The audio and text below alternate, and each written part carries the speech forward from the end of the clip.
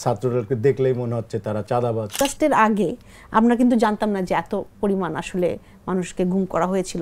আমি জানতে চাই সংখ্যাটা কি কোনো কিছু মানে অ্যাকুরেট সংখ্যাটা কত? ওনার মতো একজন মানুষের কাছ থেকে এই টাইপ কমেন্ট আসবে, এই ব্যাপারটা আনবিলিভেবল একটা ব্যাপার ছিল। ধরনের মন্তব্যটা আপনি কিভাবে দেখছেন, এটা কি ঠিক?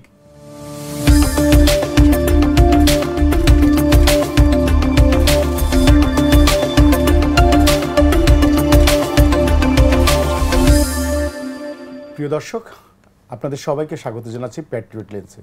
আমাদের এই পর্বের অতিথি সৈয়দ আব্দুল্লাহ, রাজনৈতিক বিশ্লেষক, এবং সানজিদা ইসলাম তুলি, মায়ের ডাকের সংগঠক এবং বিশিষ্ট মানবাধিকার কর্মী। আপনাদের জোরকে স্বাগত আমাদের আজকের এই প্যাট্রিয়ট লেন্সের আলোচনায়। আমি সানজিদা ইসলাম তুলি, আপনাকে দিয়ে শুরু করতে চাই। আপনি মায়ের ডাক নিয়ে দীর্ঘদিন ধরে কাজ করছেন, যারা গুম খুন হয়েছিল তাদের। তারপরে সরকার এই 5 আগস্টের পরে যে বিপ্লবী সরকারটা হলো, গণ অভ্যুত্থানের পরে তার একটা গুম কমিশন করলো। এই কমিশন এই বিষয়গুলো নিয়ে কাজ করছিল এবং প্রায় 1 বছরের কাছাকাছি হয়ে গেল। এদের কাজকর্ম নিয়ে আপনি কতখানি সন্তুষ্ট? ধন্যবাদ প্যাট্রিয়টিক লেন্সকে আমাদেরকে এখানে কথা বলার সুযোগ দেওয়ার জন্যে, এই আয়োজনের জন্যে।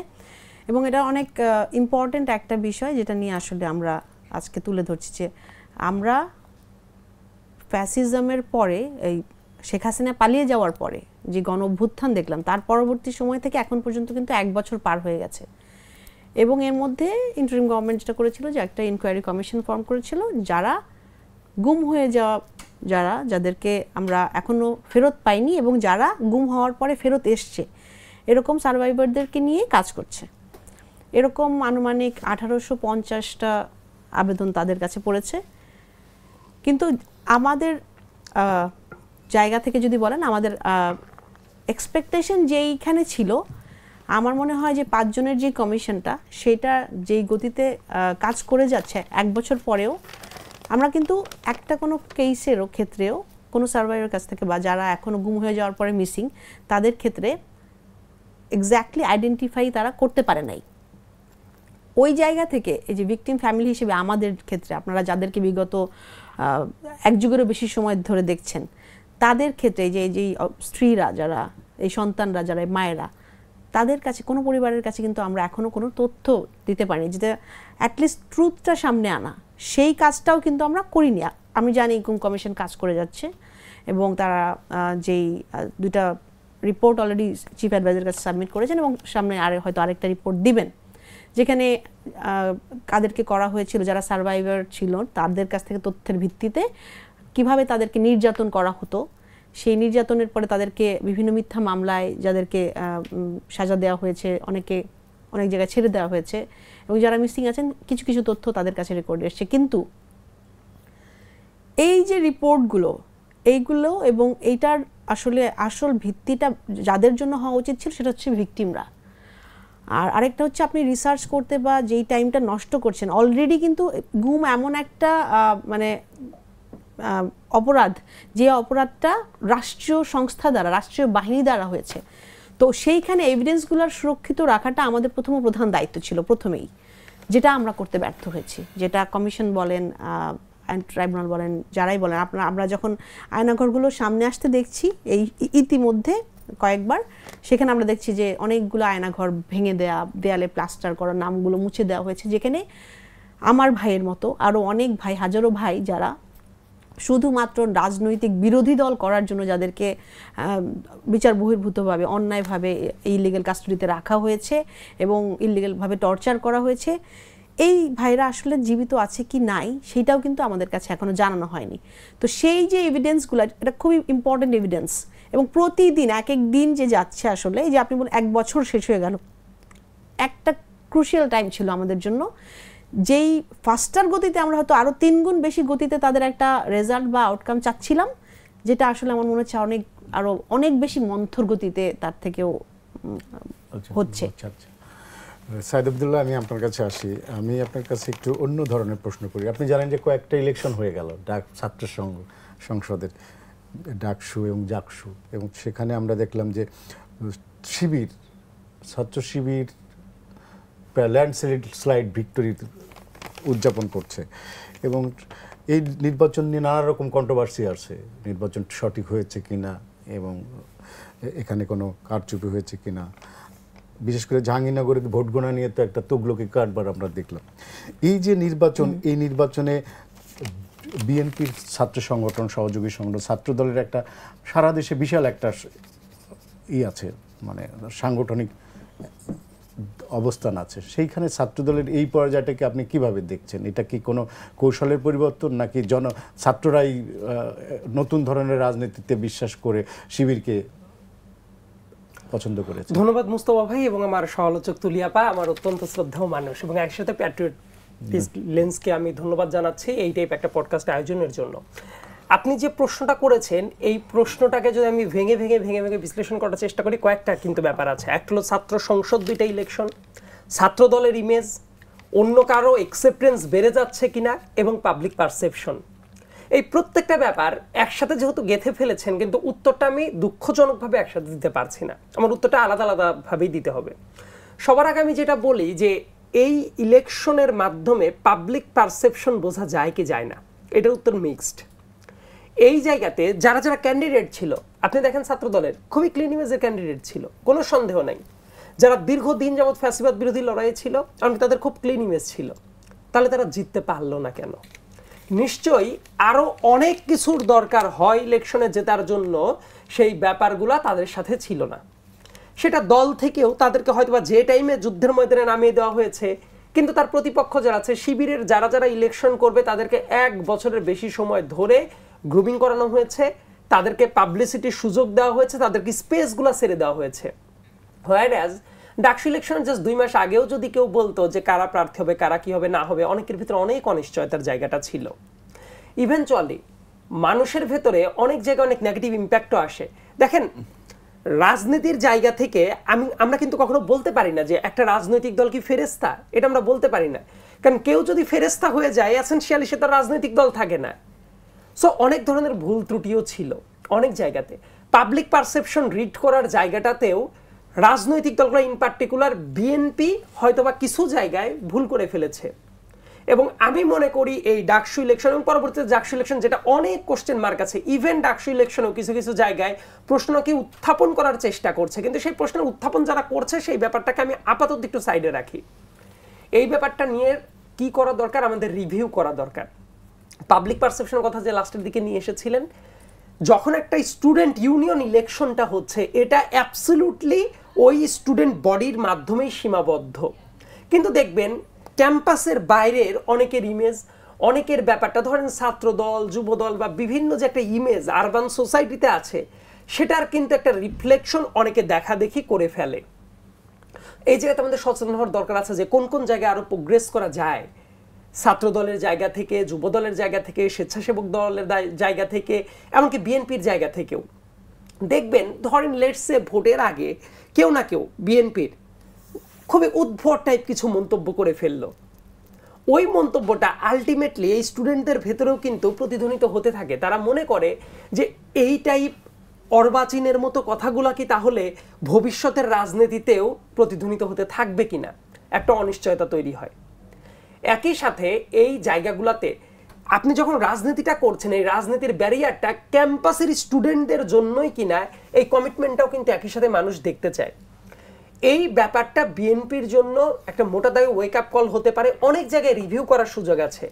তবে আমি এতটাও মনে করি, এতটাও বিচলিত হওয়ার দরকার নেই। কেউ যদি মনে করে ও এই জায়গায় এটা কি ল্যান্ডস্লাইড ভিক্টরি হয়েছে, এটা যদি হয় তাহলে সারা বাংলাদেশে আবার বোধহয় ল্যান্ডস্লাইড ভিক্টরি জামাতের জন্য হবে, তাহলে তো আমি মনে করি জামাত অ্যাজ এ পলিটিক্যাল পার্টি তারা বলতে পারে যে ঠিক আছে 2 মাস পরেই ইলেকশন দিয়ে দেন, আমরা তখন সারা দেশে জিততে পারি। কিন্তু দেখবেন তারা এটা চাবে না, তার কারণ তারাও নিজেদের স্ট্রেংথ সম্পর্কে বুঝে। আমি যেটা মনে করি যে বর্তমানের পারসেপশনটা এমন একটা জায়গায় আছে, এই ব্যাপারটা আসলে ডিরেক্টলি সলিড অবস্থায় নেই, রিড করাটা খুব কঠিন। ডাকসু ইলেকশনের কথা বলেন, হিউজ কন্ট্রোভার্সি আছে। অ্যাপার্ট ফ্রম দিস থিং, রাজনীতিটা করতে হইলে আপনার শুধু ভোটে দাঁড়ানোটাই যথেষ্ট না, আপনার অনেক ক্যাটাগরির মেকানিজম আছে যে আপনার বিরুদ্ধে যদি রিগিং হয় সেই ব্যাপারটা প্রোটেক্ট করার মতো ক্যাপাসিটি আপনার আছে কিনা। ইভেনচুয়ালি এটাও ডিপেন্ড করে যে আপনি ভোটে ডিটারমাইন করে যে আপনি জিতবেন কি হারবেন। আবার একই সাথে মানুষের ভেতরে দেখবেন একটা পারসেপশন আছে, দেখবেন যে সাধারণ শিক্ষার্থীরা এইটা চায়, সাধারণ শিক্ষার্থীরা এইটা চায়, এমন অনেক মানুষ তো এটার ভেতরেই ছিল যে সাধারণ শিক্ষার্থীরা রাজনীতি চায় না, কিন্তু ইভেনচুয়ালি তারা দেখা গেছে যে বাক্সাসে ঢুকে গেছে, অথবা তারা দেখা গেছে শিবিরের ভেতরে অনেকের পরে আত্মপ্রকাশ ঘটে গেছে, কিন্তু তার আগে রাজনীতিটা চায় নাই।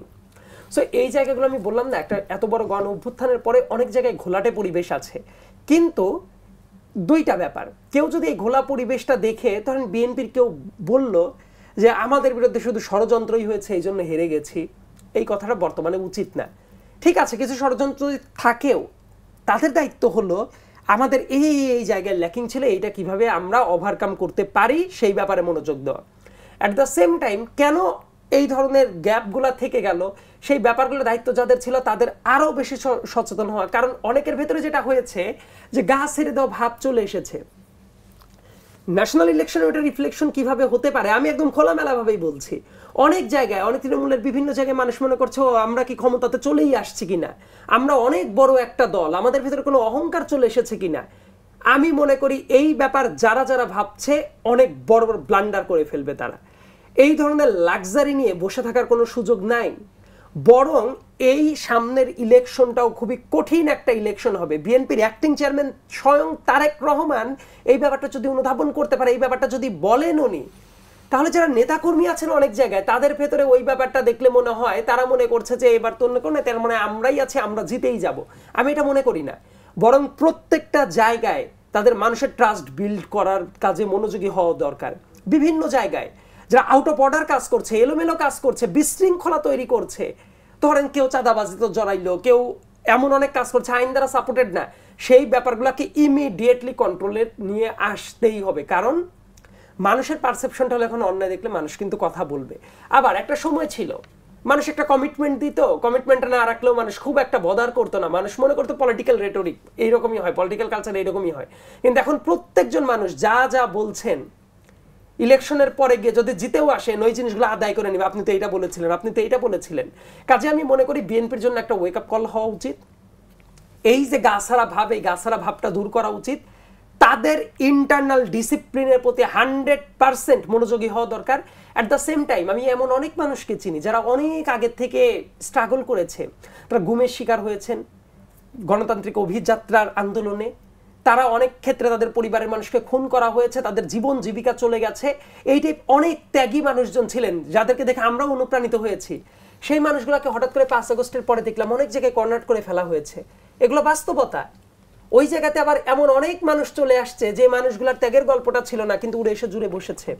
আবার এমন অনেক জায়গা আছে যারা মজলুম ছিল, তারা আবার জালিম হওয়ার কিছু কিছু জায়গায় কিন্তু সিমটমও দেখা যাচ্ছে। আবার অনেক জায়গায় ইনকিউবেশনের মাধ্যমে নতুন ভাবেও আপনার চিন্তা করতে হবে যে সবাইকে এক গণ্ডিতে রাখলে হবে না, মানে আপনার সব ডিম এক ঝুড়িতে আপনি রাখতে পারবেন না।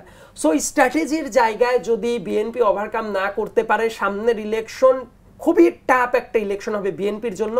অ্যাট দ্য সেম টাইম অনেক নতুন ভোটার আছে, তারা কি চায় সেই পালসটাও বোঝাটা জরুরি। অ্যাট দ্য সেম টাইম আমি যেটা মনে করি এই লুফলগুলা যেগুলো আছে এইগুলা ওভারকাম করা উচিত। এবং ডাকসু ইলেকশনের এই ব্যাপারটা কি সারা দেশের ইলেকশনে রিফ্লেক্টেড হতে পারে কিনা, আমার কথা অনেক ক্ষেত্রে হইতেও পারে। আমরা একদম সলিড বলতে পারি না যে এটা হবেই না, কারণ সময় তো সবসময় পরিবর্তনশীল। আমাদের ওই সময়ের গতিপথের সাথে আমাদের যেটা হইতে হবে অভ্যস্ত হইতে হবে।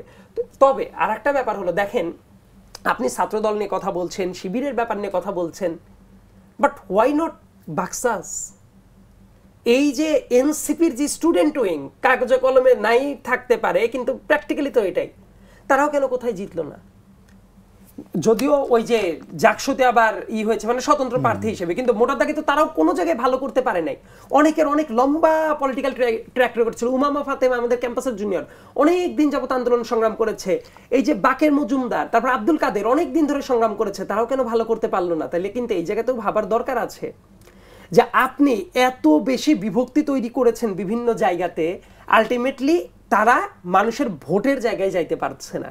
আবার আপনি নয়া বন্দোবস্তের কথা বলে নতুন একটা দল নিয়ে আসলেন, তাদের যে মূল কেন্দ্রটা ছিল বিশ্ববিদ্যালয়ের জায়গায়, সেই জায়গাতেই তারা কি হয়ে গেল, একদম সুইপড আউট হয়ে গেল। এটা তাদের জন্য একটা বিগ অরি তৈরি করার কথা। আবার শিবির ভালো করেছে ডাজন্ট নেসেসারিলি মিন যেটা ন্যাশনাল ইলেকশনে তাদেরকে এই ধরনের ল্যান্ডস্লাইড ভিক্টরি নিয়ে এসে দিবে। ব্যাপারটা এরকম না, কারণ ভোটের জায়গাটা কাজ করে কনস্টিটিউয়েন্সি বেসড, ওই জায়গাগুলোতে আলাদা আলাদা পাওয়ার স্ট্রাকচার আছে, এই ব্যাপারটা বাস্তবতা। আবার বিএনপির জন্য যেটা যে ঠিক আছে এই জায়গায় যা হয়েছে, কেউ যদি মনে করে আমাদের নাকে তেল দিয়ে ঘুমানো উচিত, এটাও উচিত না। আবার আমাদের সব শেষ হয়ে গেল, এটাও ভাবা উচিত না। বরং ওই জায়গার সামনে পলিসি নির্ভর রাজনীতির দিকে আগাইতে হবে। পাওয়ার পলিটিক্স কেউ যদি করার দিকে আগ্রহী হয়, তাদেরকে যদি ফোকাস করা হয়, তাদেরকে কিভাবে কর্নার করা দরকার সেটা ভাবতে হবে, এবং একটা সুশাসনের রাজনীতি করতেই হবে। সো অনেকগুলো প্রশ্নের উত্তর আমি একটু একসাথে গেঁথে দেওয়ার চেষ্টা করলাম। তুলিয়াপা, আমি আপনার কাছে আসছি, সেটা হচ্ছে যে হাসিনা রেজিমে তো অনেক গুম খুম হয়েছিল। আমরা জানি যে বিএনপির ইলিয়াস আলী, চৌধুরী আলম, কল্পনা চাকমা, ইভেন আপনার ভাইও এখনো। তো এদের মধ্যে কতজনের তথ্য আপনারা পেয়েছেন? যদি আমরা বলি যে পুরা বাংলাদেশে যতগুলো বিভাগ, সব বিভাগ মিলিয়ে আমাদের কাছে যে পরিবারগুলো আমরা কানেক্টেড এবং যারা এখন ফেরত এসছে, অনেকে গুমের ভিকটিম ছিলেন, তো আমাদের মোটামুটি 1000-এরও বেশি মানুষজন আমরা কানেক্টেড বিগত 1 যুগেরও বেশি সময় ধরে। বাট আপনি জানেন যে রেজিস্টার্ড নাম্বার যেগুলো গুম কমিশন, আমার মনে হয় কি যে অ্যাকচুয়াল নাম্বারটা আরও অনেক বেশি, যে তথ্যটা আসলে এখনো পর্যন্ত সামনে আসে না। কারণ আপনারা বিচারিক প্রক্রিয়ার ক্ষেত্রে আমরা কোনো এক্সাম্পল আনতে পারিনি যে না আমরা এখানে ন্যায় বিচারের দিকে যাচ্ছি বা প্রতিষ্ঠা করছি বা প্রপার ইনভেস্টিগেশন হচ্ছে।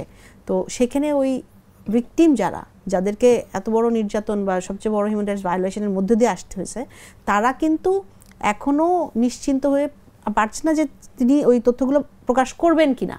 এবং আমরা যখন ঢাকা বিভাগের বাইরে, চিটাগং, রাজশাহী, প্রত্যেকটা বিভাগে আমরা এই গুম হয়ে যাওয়া ব্যক্তিদের সাথে যেই কনসালটেশনে যাই, তখন দেখতে পাই ওই প্রত্যেকটা সেশনে নতুন করে মানুষগুলোর সাথে আমাদের দেখা হয়। কিছু মানুষ যারা এখনো পর্যন্ত তাদের কেসটা কিন্তু সামনে আনেনি।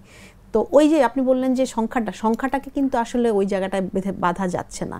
সংখ্যাটা কিন্তু প্রতিদিন প্রতি সময় জানা যায়। যেমন অগাস্টের আগে আমরা কিন্তু জানতাম না যে এত পরিমাণ আসলে মানুষকে গুম করা হয়েছিল। তারা ভয়েই চুপ করেছিলেন, তাদের মিথ্যা মামলা সেটাতে হয়রানিতেই তারা ব্যস্ত ছিল, এবং ওইটাকে আরেকবার সামনে আনতে চায় না যে তাকে গুমের মতো এত ভয়ঙ্কর একটা হিউম্যান রাইটস ভায়োলেশনের মধ্যে দিয়ে যেতে হয়েছে। তো এই যে আপনি যে বললেন যে, কিন্তু আমি জানতে চাই সংখ্যাটা কি কোনো কিছু মানে অ্যাকুরেট সংখ্যাটা কত? অ্যাকুরেট সংখ্যা যেটা আমরা বলি যে আগে আমরা অগাস্টের আগে যেটা আমরা 705-এর সংখ্যাটা ছিল, যেটা আমরা ওদের ওই কেসগুলো আমরা জানতাম তখন থেকে আইডেন্টিফাইড। এবং আপনি জানেন যে হিউম্যান রাইটস ওয়াচ সরকারের কাছে 86 জনের একটা তালিকা দিয়েছিল যেগুলো ভেরিফাইড কেস ছিল। তারপরে ইউএন হাই কমিশনার যখন 2022 সালে এসেছেন মিশেল ব্যাচেলেট, উনি কিন্তু 76 জনের একটা তালিকা দিয়েছিল। এই কেসগুলো কিন্তু ভেরিফাইড অ্যান্ড টেস্টিফাইড কেস, যেগুলো জানতে চাওয়া হয়েছিল হাসিনা রেজিমের সময়। তো সেই সময় থেকে আমাদের অভ্যন্তরীণ আমাদের দেশের মধ্যে আমরা জানতাম আমাদের যে গণনায় ছিল 705-এর মতো যেই কেসগুলো, তার মধ্যে 158 জন আমরা অগাস্টের আগ পর্যন্ত জানতাম যারা ফেরত আসেনি। কিন্তু এই যে গুম হয়ে যাওয়ার পর এখন পর্যন্ত যেই সংখ্যাটা আমাদের কাছে যে ফেরত আসেনি, সেটা কিন্তু 352-এর উপরে। এখন তারা কোথায়, তাদের পরিণতি কি, ফেট কি, তাদের সম্পর্কে কিছু জানা গেছে? গুম কমিশন কিছু তথ্য দিয়েছে? গুম কমিশন এখনো কোনো, যেটা আমি প্রথমে বললাম যে আমাদেরকে জানানোর ক্ষেত্রে পরিবারগুলোর তো জানার অধিকার আছে তাদের ভাইদের বা সন্তানের সাথে কি করা হয়েছে।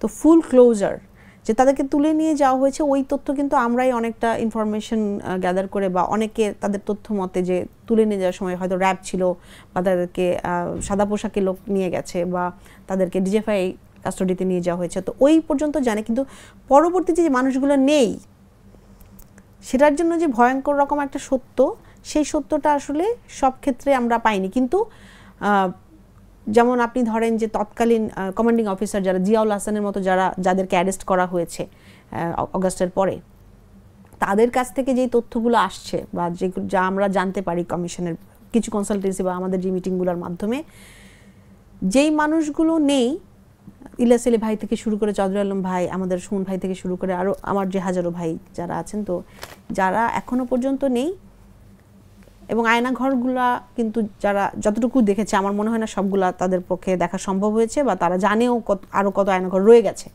তো সেইখানে কিন্তু মানুষগুলা নেই। সেই উত্তরটা রাষ্ট্রীয় বাহিনীর থেকে খুব পরিষ্কারভাবে তাদের কাছে আসেনি। আর সেই জায়গায় আরেকটা যেটা তার প্রতিবন্ধকতার সৃষ্টি হচ্ছে, তাদের কাছ থেকে আমাদের যেই উত্তরটা আমরা পাই যে প্রপার ইনভেস্টিগেশনে অনেক বাধা।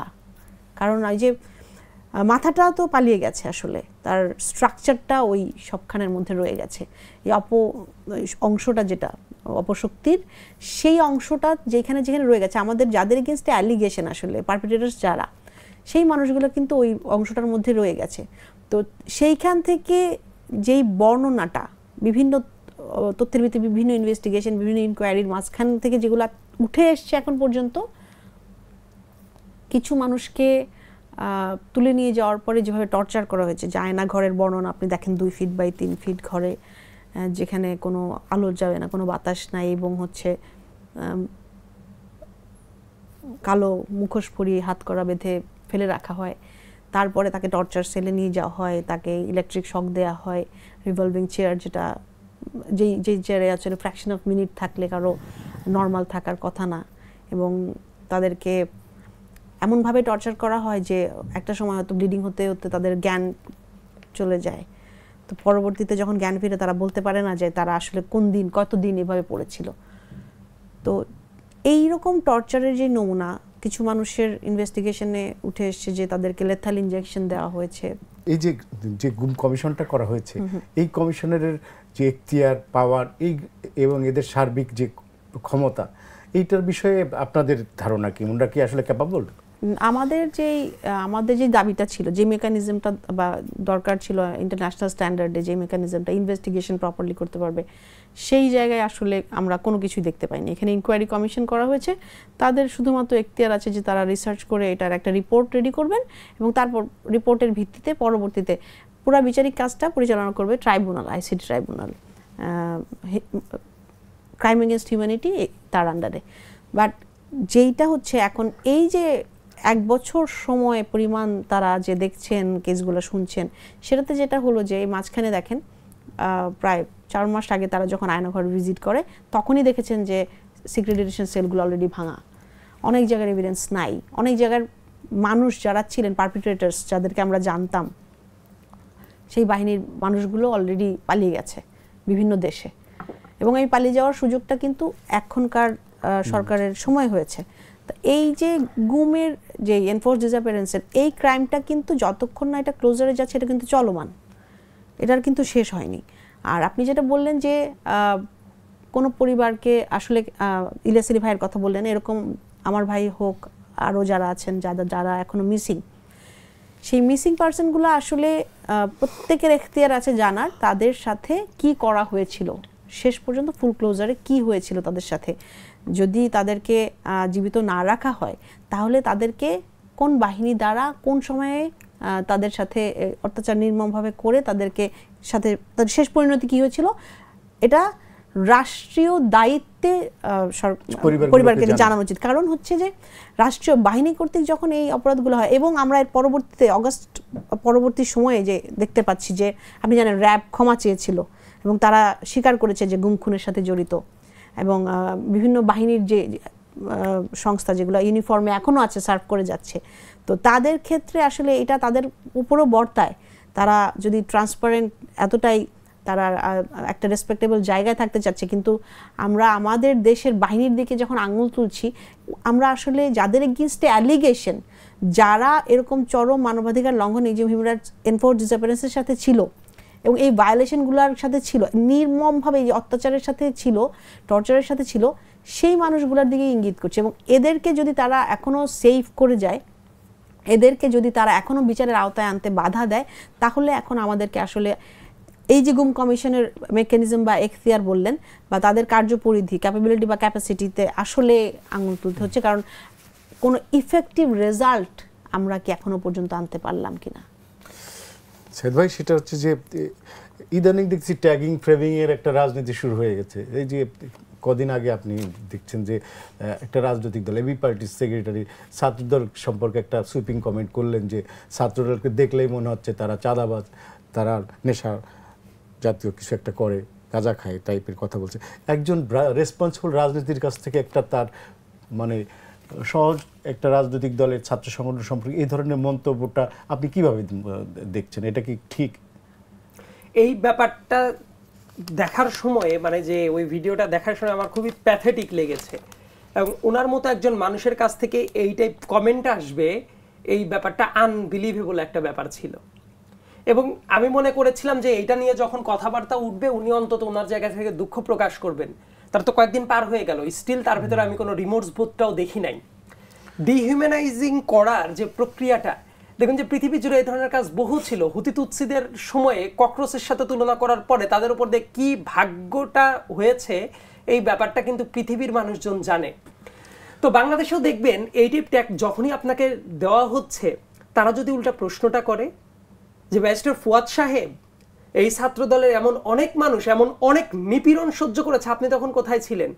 দেখুন ফুয়াদ সাহেব নিজের চেহারা নিজে যদি আয়নায় দেখে, তাইলে তার মনে হবে যে ঠিক আছে অপকর্ম যে কেউ করে নাই সেটা না, কিন্তু উনি যেভাবে জেনারেলাইজড একটা কমেন্ট করলেন, এই ব্যাপারটা করাটা যে কতটা ধৃষ্টতা সম্পন্ন ছিল সেই ব্যাপারটা ওনার রিয়ালাইজ করা উচিত।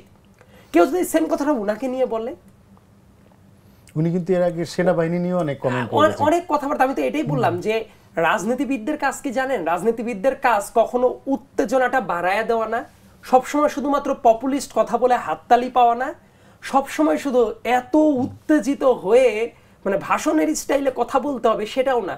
এটাই যদি হয়তো আমি দেখতে পারতাম যে এবি পার্টি বাংলাদেশের বৃহত্তম একটা দল হয়ে গেছে তাদের সেলফ ক্যারিশমার মাধ্যমে, তাহলে অনেক কিছুই হইতে পারতো।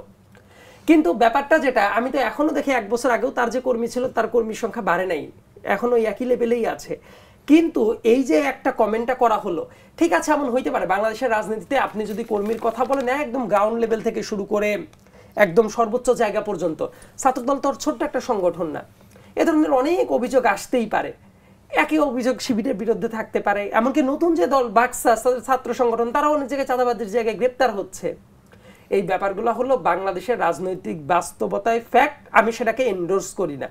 যে দলই হোক না কেন, যারাই সামান্যতম অপকর্ম করবে তাদেরকে অবশ্যই পানিশমেন্টের আওতায় আনতে হবে। অনেক জায়গায় এই ধরনের সমস্যা আছে, কিন্তু উনি যেভাবে কমেন্ট করলেন, এমন তো অনেক মানুষ ছিলেন যে শুধুমাত্র ছাত্রদল করার কারণে তাদেরকে গুম করা হয়েছে। এমন অনেক মানুষ ছিলেন যারা 11 থেকে 12 বছর, আমার মনে আছে তখন 2023 সালে মনে আছে প্রত্যেক মাসে মাসে ওই যে বড় বড় প্রোগ্রাম হতো ঢাকায়, মানুষের ভিতর কিন্তু একটা হাইপ চলে এসেছিল। আমি একটা জনসভা ওই দিন হয়েছে, তারপর ওই মানুষটা সাভারের দিকে যাচ্ছে, আমার সাথে দেখা হয়েছে, মানে উনি পল্টন থেকে রওনা দিয়েছেন গাড়িতে, দেখা হয়েছে জাস্ট পাশের সিটেই বসেছে আর কি, ওই যে ঢাকার ভিতরে যে ছোট বাসগুলো আছে। তো উনি বলছেন উনি 11টা বছর যাবত উত্তরবঙ্গে বাড়ি, উনি বাড়িতে যাইতে পারেন নাই। ছাত্রদল করতো, মানে ওই যে ক্যাপ দিত ওই প্রোগ্রামগুলোতে, ছাত্রদলের দেখবেন যে একটা আলাদা রঙের ক্যাপ ছিল, যুবদলের আলাদা রঙের ক্যাপটা ছিল। 11 বছর উনি বাড়িতে যাইতে পারেন নাই, উনার বাবা মা মারা গেছে, এর ভেতরে উনি দেখাও করতে যাইতে পারে নাই। আমার ভাইয়ের কথাটা খুব মনে আছে, কারণ উনি একটা চপ্পল স্যান্ডেল পরে এসেছিল, মানে ওই যে ওয়াশরুমে যে স্যান্ডেলগুলো মানুষ ব্যবহার করে সেই স্যান্ডেলটা পরে উনি এসেছিল, শার্টটাও সেরা সেরা শার্টটা ছিল, মানে খুবই মলিন একটা অবস্থা। উনার নামে মামলা, অনেকগুলা মামলা ছিল। উনি যে 11টা বছর বাড়িতে যাইতে পারে নাই, বাবা মা মারা গেছে, কবর দিতে যাইতে পারে নাই, তারপরেও ওই টানে উনি কিন্তু ঠিকই ওই ফ্যাসিস্ট বিরোধী আন্দোলনে এসে ক্রমাগত চেষ্টাটা চালিয়ে গেছে।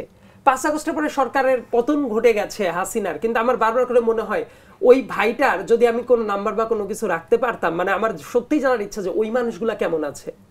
তো ওই মানুষটার ব্যারিস্টার ফুয়াদকে যদি পাশাপাশি দাঁড় করায় দেওয়া যায়, ওনার ওই স্যাক্রিফাইসের কথাগুলো যদি ব্যারিস্টার ফুয়াদের মুখের সামনে বলা যায়, ব্যারিস্টার ফুয়াদ কি তখনও বলবে যে ওকে দেখলে যে সব নিকৃষ্ট শব্দ ব্যবহার করেছে ওইটা নিকৃষ্ট শব্দ মনে পড়ে? কিন্তু দেখবেন উল্টা কাজ যদি হইতো, কেউ যদি লেটস সে ছাত্র দলের একেবারে অজপাড়াগার কোনো একটা ইউনিটের কোনো একটা ছেলে যদি ফেসবুকে এটা লিখতো যে ব্যারিস্টার ফুয়াদকেও দেখার পরে তার ডান্ডিখোর মনে হয়, নেশাখোর মনে হয়, সবসময় মনে হয় যে হাইপার হয়ে আছে, দেখতেন ওইটা নিয়ে তারা এটা ফ্রেমিং করতো যে এই যে ট্যাগিং এর রাজনীতিটা শুরু হয়েছে। এই ব্যাপারটা যে ইকুয়ালি খারাপ, এই ব্যাপারটা আমাদের বুঝতে শেখাটা উচিত। আমি তো বলছি না যে কেউ কি বলে যে, আমি অন্তত বলি না যে ছাত্র দলের একদম টপ টু বটম পুরাটা ফেরেস্তা হয়ে গেছে, না, কোনো দলেরই ফেরেস্তা নেই, অনেক অপকর্ম করছে, সেইটাকে আমরা কন্ট্রোল মেকানিজমে নিয়ে আসা দরকার। বরং এই কাজটা হইলে কি হয় জানেন, এই কাজটা হওয়ার মিনিংটা হইলো হাসিনা যেভাবে ফ্রেমিংটা করতো ওই শেখানো পথেই হাসিনা নাই, অন্য কেউ ফ্রেমিংটা করছে। আমি যেটা মনে করি যে ব্যারিস্টার ফুয়াদকেও এইভাবে কেউ যদি ফ্রেমিং করে, কেন কিছুদিন আগে আওয়ামী লীগের প্রচার সেল থেকে তার বিরুদ্ধে কত নিকৃষ্টতম প্রপাগান্ডা চালানো হয়েছে না? আমি একদম গ্যারান্টি দিয়ে দেখায় দিতে পারবো ওই জায়গায় ছাত্রদল করতো, যুবদল করতো, বিএনপির অনেক অ্যাক্টিভিস্ট ছিল যারা এটার প্রতিবাদ করেছে। উনাকে নিয়ে ভুয়া ব্যারিস্টার, উনাকে নিয়ে অনেক অশ্লীল কথাবার্তা বলছিল, তো একটা গ্রেফতারের খবর আমরা জানি, গ্রেফতার খবর প্রোপাগান্ডা চালাচ্ছিল, তো সেই ব্যাপারগুলো নিয়ে কিন্তু অনেকে প্রতিবাদ করেছে। আমার কাছে মনে হচ্ছে না ব্যারিস্টার ফুয়াদকে এই ধরনের কাজ করাটা উচিত না, ওনার তো অ্যাটলিস্ট ভয়েসটা আছে। সো আমরা কি হয়েছে জানেন, 5 আগস্টের পরে অনেক এক ছিল, এখন প্রত্যেককে শত্রু জ্ঞান করছি। এই কাজটা না করে এমন যদি হইতো যে উনি তো যথেষ্ট সিনিয়র একজন মানুষ হয়ে গেছেন, একটা পার্টির তো এখন উনি অ্যাটলিস্ট সেক্রেটারি, সেই পার্টির ভলিউমটা যেমনই হোক না কেন। সো আমার মনে হয় যে অনেক দায়িত্বশীল ভূমিকা রাখা উচিত। এমনকি নেতৃত্বের জায়গাটা কি জানেন, যে যেহেতু বাংলাদেশে একটা অস্থির সময়টা চলছে, কিভাবে পরিস্থিতিটাকে কাম করা যায় এবং একই সাথে সেন্সিবল আচরণ করে বাংলাদেশকে একটা সত্যিকার অর্থে ডেমোক্রেটিক দেশে রূপান্তরিত করা যায়, সেই জিনিসটা সবারই মাথায় রাখা উচিত। বিএনপির জায়গা থেকে বিএনপির, জামাতের কথা যদি বলেন, এবি পার্টি বলেন, এনসিপি বলেন, XYZ সবার, কারণ দেশটা তো আমাদের সবার। কিন্তু অনেকের ভেতর যদি এটা মনে হয় ও আমি এইটা বললে হাততালি পাবো, এই হাততালি পাওয়ার কালচারটা খুবই খারাপ। একটা উদাহরণ আমি বলি, 2013 সালে শাহবাগে যখন ওই যে আন্দোলনটা গড়ে উঠেছিল, এটা খুব কম মানুষই বুঝতে পেরেছিল যে এই আন্দোলনটা জাফর ইকবালরা আসলে কি করার চেষ্টাটা করছে, এবং আলটিমেটলি ওইটা যে বাংলাদেশে হাসিনার কত একটা টুল হিসেবে কাজ করছে অনেকে কিন্তু বুঝে নাই। এই শহরেরই মানুষজন ওইটাকে হাততালি দিয়েছে, এমনকি ওই আন্দোলনকে অনেকে দ্বিতীয় মানে মুক্তিযুদ্ধের মতো করেও চিন্তা করেছিল ওই টাইমে। ওই টাইমে ব্যাপারটা ছিল ওই জায়গায় যাওয়াটাই ছিল কুলনেস। ওই টাইমে যারা ওই যে ব্লগ টক বিভিন্ন জায়গায় লেখালেখি করতো, এমন অনেক সিনিয়র দিবেন ছাত্রদলের ভেতরেই ছিল, সেই মানুষগুলো তখন এটার প্রতিবাদ করেছিল। তারা ওই টাইমেও পাবলিক ব্যাশিং এর শিকার হয়েছিল, এই এরা কুল না, এরা তো। কিন্তু যারা হাততালি পাওয়ার কাজ করেছিল তারা ঠিকই হাততালি পাওয়ার জন্য ওই ট্রেন্ডে মিশে গিয়েছিল। তারা কি অনেকদিন পরে ভুলটা বুঝতে পারে নাই?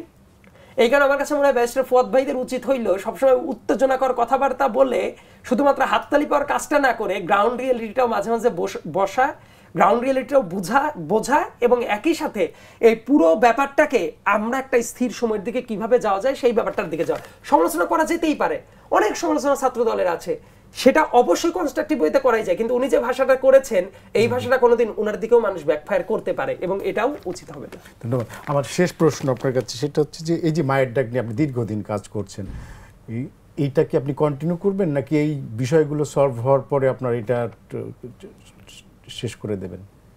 গুম এমন একটা ক্রাইম যেটা আসলে এই যে ট্রমাটার মধ্যে আমরা আছি, এই পুরা জাতি আছে এইখানে, আমার মা, আমার ভাবিরা, আমার তাদের সন্তানরা, আমরা অনেকটা জেনারেশন, এবং এটা কিন্তু চলমান থাকবে, এইটার কোনো আসলে ক্লোজার নাই।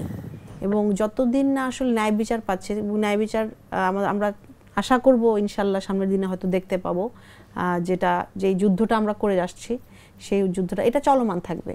কারণ আপনি যদি আরও বিশ্বের অন্য সব দেশগুলো দেখেন, আর্জেন্টিনা দেখেন, আরও বাকি যে শ্রীলঙ্কা বলেন, ফিলিপিন বলেন, সব জায়গাতেই যদি মানুষগুলা ফেরত আসে বা না আসে, প্রত্যেকের ক্ষেত্রে এই ট্রমাটা থেকেই যায় এবং ওই ভয়টা কাজ করে পরবর্তীতে ন্যায় বিচার বা তাদের রিকনসিলিয়েশন কি হচ্ছে, পরবর্তী সমাজ ব্যবস্থায় দেশে তাদের অবস্থা কি হচ্ছে, অনেক কিছু নির্ভর করে সেটার উপর, এবং এই প্রক্রিয়াধীন থাকে আসলে কাজগুলা।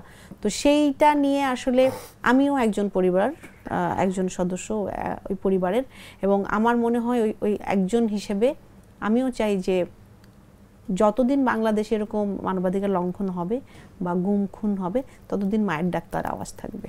ধন্যবাদ। আমি সাইদ ভাই আপনার কাছে লাস্ট প্রশ্ন, সেটা হচ্ছে হঠাৎ করে দেখলাম বিএনপিকে ভারতপন্থী তকমা দেওয়ার জন্য বিভিন্ন জায়গা থেকে বিভিন্ন ধরনের ন্যারেটিভ তৈরি করা হচ্ছে, কিন্তু আমরা তো জানি যে বিশেষ করে কয়েকজন ইউটিউবার বাইরে থেকেও এটা বলছে, কিন্তু আমরা জানি যে বিএনপি গত 1 দশক ধরে ভারতের হেজিমনি, ভারতের আধিপত্যবাদের বিরুদ্ধে সবচেয়ে বেশি কথা বলেছে, বেশি লড়েছে। তো হঠাৎ করে বিএনপিকে এই যে এরকম একটা ফ্রেমিংয়ের মধ্যে ফেলানোর এটার উদ্দেশ্য কি হতে পারে? আপনি 1 দশকের কথা বললেন, আপনি কেন 1975 পরবর্তী সময় থেকেই কথা বললেন না? আমি মাঝখানে 17 বছরটা আমি এই জন্যই বলছি যে কেউ যদি এই কথাটা বলে যে বাংলাদেশের গতিপথ যেভাবে চলছিল তাতে করে যদি 2টা বড় রাজনৈতিক দল থাকতো, একটা আওয়ামী লীগ একটা বিএনপি, স্বভাবতই যেটা হইতো বাংলাদেশের মানুষের পারসেপশনটা কি ছিল যে আওয়ামী লীগ হলো ভারতপন্থী দল এবং বিএনপি হলো ভারত বিরোধী দল। যদি ভারতপন্থী দলই বিএনপি হইতে চাইতো তাহলে বহু আগেই বিএনপি ভারতকে ম্যানেজ করে ক্ষমতায় চলে যাইতো। বারবার করে ভারতের আওয়ামী লীগের পর অগাধ বিশ্বাস নিয়ে তাকে বসায় রাখতো না 3-3বার ভোট চুরি করে ক্ষমতায় বসে থাকার পরে। তার কারণ হলো তারা জানতো যে আওয়ামী লীগ যেভাবে দিচ্ছে, এটা আমার তো নিজের কথা না, শেখ হাসিনার কথাই। শেখ হাসিনা কি বলেছে? ভারতকে যা দিয়েছে সারা জীবন মনে রাখবে। সো উনি তো নিজেই বলে দিচ্ছেন যে এমন কিছু দিয়েছেন যেটা অন্য কারো দ্বারা দেওয়া সম্ভব না। আর ভারত যদি ওইটাই করতো, সবার আগে মাথায় রাখা উচিত এই বিএনপি দলটার সাথে যারা জড়িত ছিল, মানে একেবারে প্রধান যে ক্যারেক্টার, আমরা যদি জিয়াউর রহমানের কথা যদি বলি, উনি কেমন মানুষ ছিলেন আমার কাছে মনে হয় এটা নতুন করে আর ডিসক্রাইব করার কোনোই দরকার নেই। তারপর বেগম খালেদা জিয়ার কথা যদি বলি, বেগম খালেদা জিয়া ছিলেন সেই মানুষ যিনি প্রত্যেকটা কাজে আনকম্প্রোমাইজিং স্ট্যান্ড উনি নিয়েছেন। নেওয়ার কারণেই এমনও হয়েছে যে উনি কম্প্রোমাইজ করে তো অনেক কিছুই করতে পারতেন, উনি তো সেটা করেন নাই। 11 টাইমেও যে কম্প্রোমাইজের ফর্মুলা ওনার সামনে আনা হয়েছে, উনি সবগুলাকেই ডিনাই করে দিয়েছেন। অ্যাট দ্য সেম টাইম এতগুলা মানুষ, উনি দেশের মাটিতে তো মরতেও চেয়েছেন, চিকিৎসার জন্য ওনাকে বাইরে পাঠিয়ে একেবারে রাজনীতি থেকে নিশ্চিহ্ন করে দেওয়ার বহু প্ল্যান করেছিল না? সো এই দলটা কি মানে ভারতপন্থী হওয়া সম্ভব? আবার এই 5 আগস্ট পরবর্তী সময়েও ভারত বর্তমানে যে জায়গাগুলোকে কন্ট্রোল করার চেষ্টা করে, তিস্তা নদীকে কেন্দ্র করে যে বড় একটা প্রোগ্রাম করা হইল, আগারগাঁও অভিমুখে যে ওই যে একটা পদযাত্রা করা হইল, এগুলো কারা করেছে? এবং তিস্তার ওই প্রকল্প, এই প্রজেক্টটা করার পরেও কেউ যদি মনে করে যে এই দলটার দ্বারা ভারতপন্থী হওয়া সম্ভব, আমি মনে করবো এটা জাস্ট কোনো একটা ট্যাগ দেওয়া দরকার, এই জন্যই তারা ট্যাগ দিচ্ছে। যারা বিভিন্ন জায়গায় কথাবার্তা বলে তারা কি নিজেদের ক্লেইমে স্টেবল থাকে? তারাও তো 2013 সালে কি ভূমিকায় ছিল, তারা এসে এখন টোটালি উল্টা কথা বলছে। তারাই এই গণ অভ্যুত্থানের শুরুতে কোনভাবে কথা বলতো, গণ অভ্যুত্থানের শুরুতে তারা তো বিভিন্ন ট্যাগ দিয়েছে। উপদেষ্টা মাহফুজ আলম যাচ্ছে, মাহফুজ আলমের স্ট্যাটাসে বিস্তারিত তার প্রতিবেদন দেওয়া আছে, আমার কিচ্ছু বলার দরকার নেই। মাহফুজ আলমের স্ট্যাটাস দেখুক যে ওই ব্যক্তিদেরকে টার্গেট করে কি কি বলেছে, সেই কথাগুলো আমি নতুন করে আর বলতে চাই না। যাই হোক না কেন, এই ধরনের কথাবার্তা বলার মিনিংটা কি জানেন? যে মূলত এই পারপাসটাই তো সার্ভ করা, যে ঠিক আছে আমরাও এটা করতে পারবো না, অতএব কেউ করতে পারলে তাদেরকেও করতে দিব না। কিন্তু ব্যাপারটা যে এটা হওয়া উচিত ছিল না। এই টাইমে এই ব্যাপারগুলা উস্কে দিয়ে যেটা করা হয়, প্রচন্ড অস্থির একটা সিনারিও তৈরি করা হবে, যে সিনারিওর আলটিমেট লুজার হবে বাংলাদেশের প্রত্যেকটা মানুষ। শেখ হাসিনা চলে যাওয়ার পরে প্রত্যেকটা রাজনৈতিক দল যদি একসাথে বসতে পারে, একসাথে বসে যদি ইফতার করতে পারে, একসাথে বসে যদি ঐক্যমত্য কমিশনে আলাপ আলোচনা করতে পারে, ঠিক এইভাবে আমরা যেভাবে বসে আছি এইভাবে তারাও পাশাপাশি বসে থেকে যদি আলোচনা করতে পারে, এই মুহূর্তে এসে এই যে অমুকে ভারতপন্থী তমুকে ভারতপন্থী এই টাইপ কথাবার্তা বলার মিনিংটা হইল তারা আসলে একটা প্রপার যে ট্রানজিশন পিরিয়ডটা শেষ হওয়ার পর একটা ডেমোক্রেটিক প্রসেসে উঠে যাওয়ার যে রাস্তাটা, সেই রাস্তার প্রতি তারা অনেক মানুষকে নেগেটিভলি অনেক কিছু ফিড করার চেষ্টা করছে, যেটা একদমই উচিত না। অনেক সমালোচনা থাকবে, আমার কাছে যৌক্তিক সমালোচনা অবশ্যই করুক। কেউ দুর্নীতি করবে সেটা অবশ্যই পয়েন্ট আউট করা উচিত। জমকে কেন দুর্নীতি করলো, সে যে দলেরই হোক, বিএনপির হলে বিএনপির, জামাত হলে জামাত, এনসিপি হলে এনসিপি, যে কেউ। আমি তো নিজেই চাই যে একটা রাজনৈতিক দলে আমি যদি একটা রাজনৈতিক মতাদর্শে বিশ্বাসী হই, তাহলে আমি তো নিজেই চিন্তা করবো যে আমার সেম মতাদর্শে একজন মানুষ কেন দুর্নীতিবাজ হবে, তার ওই একই লাইনে থাকা উচিত না। কিন্তু আপনি যখন জেনারেলাইজড করে এইটাই ব্যাপারটাকে উগরে দেওয়ার চেষ্টা করবেন, এটা খুব বাজে একটা কাজ। তবে একই সাথে আমি এটাও বিশ্বাস করি, এই টাইপ কথা বললেই যে সবাই বিশ্বাস করবে ব্যাপারটা এইটা না, বরং প্রত্যেকের অনেকের কাজ করা উচিত, নিজেদের কাজটা নিজেদের করে যাওয়া উচিত। নিজেদের কাজ দেখলে মানুষ অনেক সময় নিজেরাই বুঝে যাবে যে কি করাটা উচিত। কারণ আমাদের যে অ্যাকশন সেটা আসলেই অনেক বেশি সাস্টেইনেবলি প্রুভ করতে পারে যে মুখ দিয়ে কি বলছে, তার চেয়ে আমাদের অ্যাকশন যেটা সেটাই আসলে মূল জিনিস। তো আমি আশা করি যে সেই দিকে আমাদের মনোযোগী হওয়া উচিত। ধন্যবাদ সাইদ আব্দুল্লাহ এবং সানজিদা ইসলাম তুলি আমাদের সময় দেওয়ার জন্য। দর্শক, প্যাট্রিয়ট লেন্সের এই পর্বে এখানেই সমাপ্তি ঘোষণা করছি। আপনারা ভালো থাকুন, সুন্দর থাকুন, শুভ সন্ধ্যা।